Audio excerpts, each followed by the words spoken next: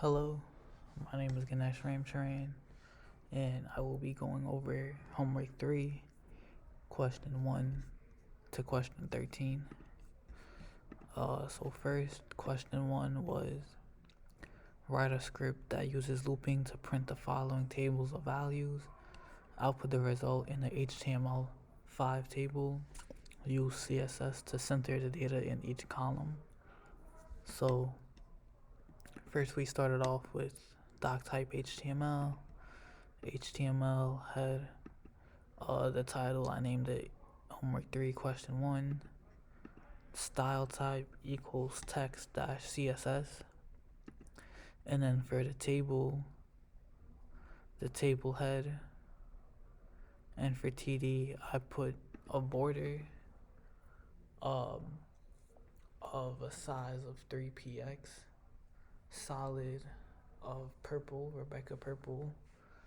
Then the table width would be auto, and then the table head TH and TR. The text align will be center, and that ended the style for text CSS. And then script type equals JavaScript, and in here I created the table border. So document.write table border equals 5px. Then to create the table heading, document write table row, and then in that row, the first row, document write THN plus the end of that. TH is just like a short way for table header. So the first table header is N. Then document.write the next table header, the next column is 10 times N. And then document.write TH plus 100 times N, which is the next column. And then the next column after that is 1,000 times N. And then we end off the table heading there. And then now on to the for loop. For variable short var, r equals 1, r is less than equal to 6, r plus plus, var p equals to 1. And then I did document write table row style equals height auto. So the height and width is automatically set to auto. Then I did another for loop for the columns.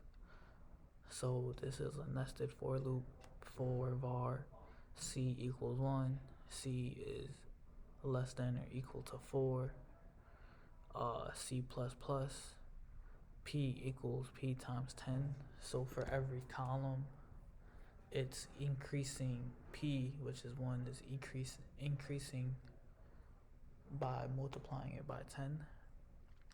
And if c equals to 1, then the color of that table data is equal to hashtag FFF.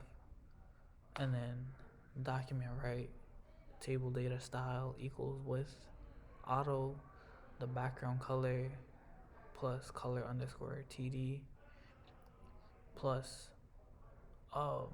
apostrophe greater than plus R times P. And then we end the table data there. And then we end the table row. So this is how it looked for that question. So in this case, this was 1, the first for loop, var R, this is considered the R, 1, 2, 3, 4, 5, 6. and then C is coming this way. So if C equals to 1,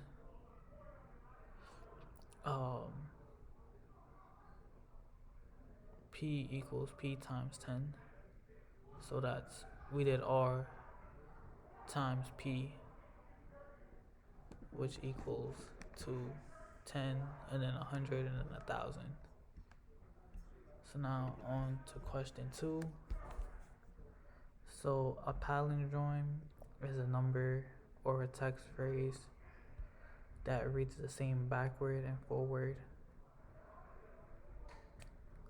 For example, each of the following 5-digit integer is a palindrome: 1 2 3 2 1, 5 5 5 5, 4 5 5 5 4, and 1 1 6 1 1. So you write a script that reads in a 5-digit integer and determine whether it's a palindrome if the number is not 5-digit long, display an alert dialog indicating the problem to the user.